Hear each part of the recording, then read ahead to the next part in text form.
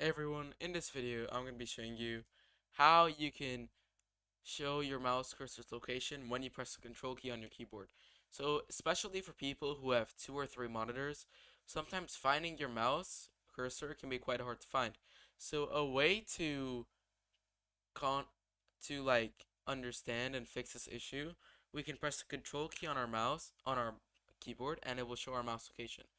To enable this feature, we're simply going to navigate over to settings. From here on, we're going to go to devices.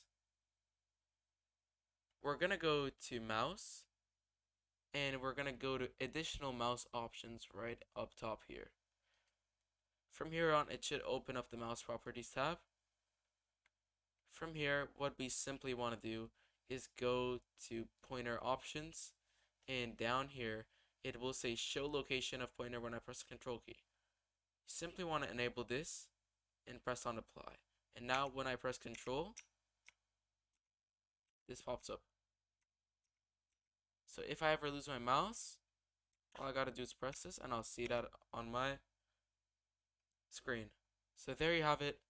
That's how you can enable show location of pointer when I press the control key.